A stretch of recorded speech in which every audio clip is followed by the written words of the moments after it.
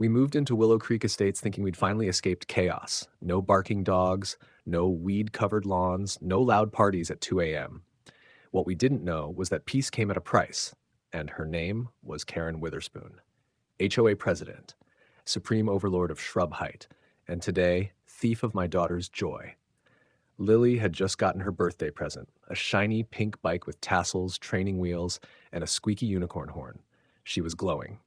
She pedaled a few loops around our cul-de-sac, barely making a sound besides the occasional giggle and the honk of her magical horn. Then out slithered Karen like a nosy python in a pastel tracksuit, dragging her official HOA violation log behind her like a snake's tail. Welcome to Prodigy Tales. Make sure you like and subscribe for your top-notch HOA drama. Karen marched up to Lily, looked down over her Gucci sunglasses, and said, "Sweetie, you can't ride that here. Willow Creek is a designated no-wheel zone. That includes bikes, scooters, and anything with more than 1 foot." Before I could even get off the porch, she yanked the handlebars and wheeled the bike off like it was contraband. My daughter cried. Karen didn't blink. "She's 7, I shouted. "She's not drag racing in the driveway." Karen spun around, smug as ever. "Rules are rules," she sang. "The bylaws clearly state..." "I've read the bylaws. There's no such thing as a no-wheel zone." Karen just smirked and kept walking, and just like that, the bike vanished into her garage, along with my last ounce of patience. I filed a complaint. Guess who reviewed it? Karen. I requested a board meeting, and she canceled it due to low turnout. I offered to retrieve the bike peacefully. She filed a trespass warning against me. That's when it hit me. I was trying to play fair in a rigged game. Karen wasn't just enforcing rules, she was making them up as she went. That's when I realized if I wanted justice, I'd have to get creative. No more Mr. Nice Neighbor. The morning after Karen stole Lily's bike, the whole neighborhood felt colder. Not weather-wise, just off. Like everyone had suddenly realized we were living under a glitter lipstick tyrant with a bad attitude and a worse track record for sanity. Lily stood by the window, staring at the empty driveway like her bike might magically return. I knew better. Karen didn't give things back. She hoarded power like a raccoon with a Prada purse. I tried every sane route. Filed a complaint, emailed the HOA board, even offered to meet and discuss. Karen replied once in Comic Sans with a one-line response, "Rule enforcement is not up for debate." What rule? No one could find it. Not online, not in the handbook, not even in the dusty folder they gave us when we moved in. I knew what she was doing. She wasn't protecting anyone. She was flexing, picking Lily's bike as her power play. She wanted to remind everyone she ran the neighborhood, but instead of fear, all she sparked in me was an itch I hadn't felt in years, the kind you scratch by turning the tables and watching karma hit back in HD. So I started watching, quietly, casually, nothing illegal, just observations. You can learn a lot about a dictator when they think no one's looking. Karen left her house every Wednesday night at exactly 6:50 p.m., dressed in a wine-colored blazer and dragging a cooler full of overpriced cheese. That was her wine and brine group, where she met other HOA Karens and compared notes on ruining joy. That meant I had a weekly window. It's during one of those stakeouts that I noticed something curious. Her mom, Marlene, sitting on the back porch in a motorized wheelchair.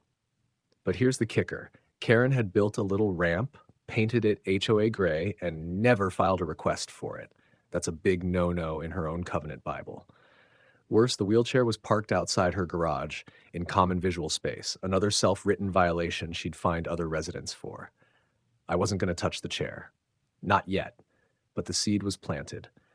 Karen thought she was untouchable, but every tyrant has a weak point, and I just found hers. By week 2, my garage looked less like a workshop and more like a war room.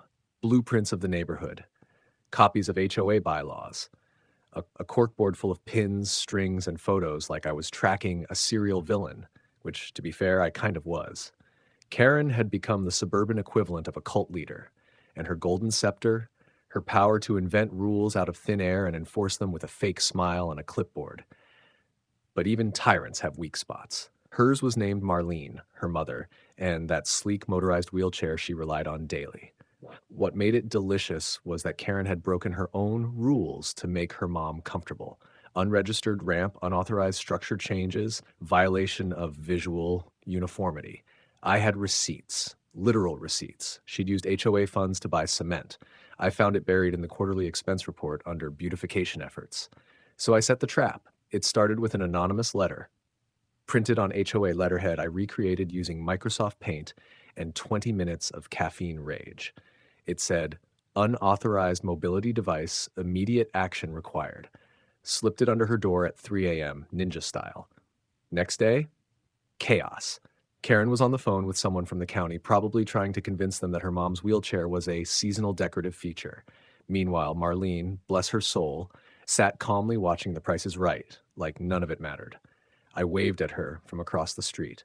She waved back. No clue she was now the centerpiece of my counterstrike.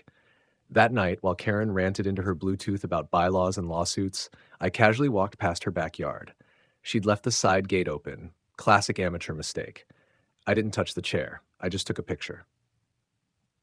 Then I printed that picture and dropped it anonymously in every mailbox on the block with the note, imagine getting fined for your kid's bike when this is sitting in plain view. The fallout was instant. The next morning, 5 neighbors showed up at Karen's door demanding to review her ramp permit. Someone brought donuts. Another brought wine. HOA gossip spreads like wildfire when there's wine. And now, the fuse was lit. I hadn't even made a move yet, but Karen was already losing grip. Dawn broke with Karen's porch, swarmed by neighbors hungry for answers. She'd spent the night drafting emergency amendments, but every rule lawyered back at her like a boomerang made of red tape. By noon, the HOA board, 5 retirees who usually cared only about hydrangeas, demanded a compliance hearing on her lawn. Cameras rolled, phones streamed, and Karen's pastel empire teetered on gummy sandals. I was ready. While Karen babbled about wheel neutrality, a rented flatbed bearing magnetic decals reading HOA mobility audit coasted up her driveway. My buddy Sam jumped down in a spotless vest, clipboard flashing. Miss Witherspoon, he called, voice crisp. This unregistered vehicular device violates subsection 8C. We're impounding it for assessment. Karen's eyes ping-ponged between Sam, the board, and the gleaming wheelchair. You can't touch that! It's medical! Sam flipped a page. Medical devices are protected if properly declared. Your signature's missing. He tapped the blank line like a judge with a gavel. The board nodded in unified horror. Neighbors gasped, and Marlene, sipping tea near the roses, whispered to me, "Give her hell, son." Sam powered the chair onto the flatbed's lift. Karen lunged, tripped on her own ramp, and face-planted into a decorative hedge. Gas station roses rained everywhere. The live stream chat exploded with laughing emojis. Someone added carnival music. When Karen surfaced, her blazer looked like a salad. I stepped forward holding Lily's bike, freshly polished, training wheels glinting. Trade? I offered. Bike for chair. Karen trembled, mud streaking her cheeks. Pride battled necessity on that smug face until necessity won. She pointed at the bike, furious silence pleading. I handed it over. Sam lowered the wheelchair. Transaction complete. The board voted on the spot. Karen removed as president, fined for misuse of funds, and ordered to issue a written apology to every resident under 10. Hydrangea Grandpa banged a wooden spoon like a gavel, sealing her destiny. Cheers erupted.